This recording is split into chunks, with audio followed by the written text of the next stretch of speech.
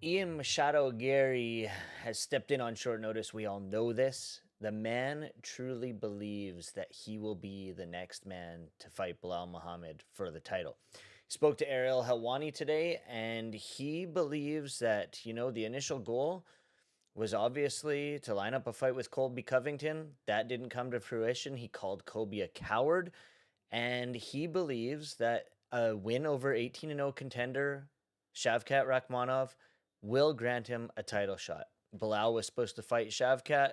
That did not come to fruition because Bilal had to pull out of it.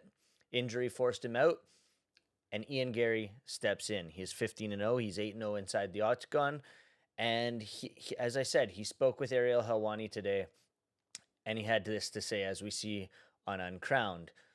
Obviously, initially, the goal was to line up a fight with Colby Covington for UFC Tampa.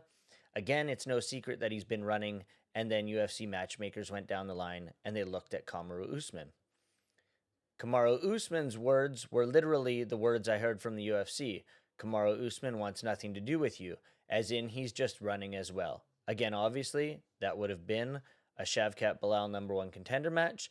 The other guys are injured. In regards to Leon Edwards and Jack Della Maddalena not being available to fight at the end of the year, it was in that situation, then again, of right, there's no one above me.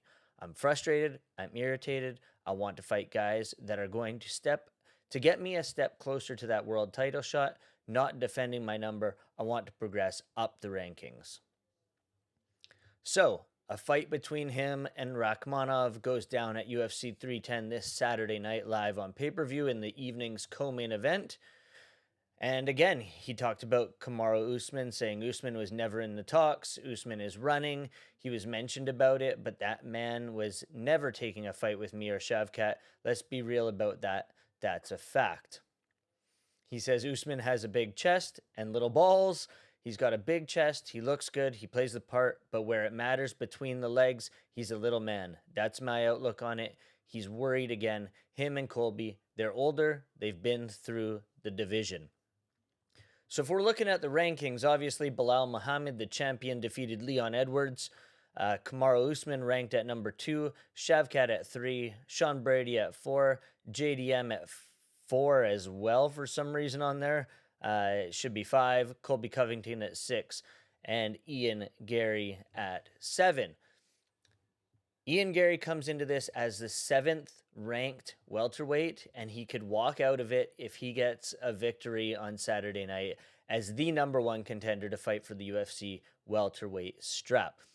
Very exciting. The man, I was a little skeptical about Ian Machado Garry when he first came into the UFC.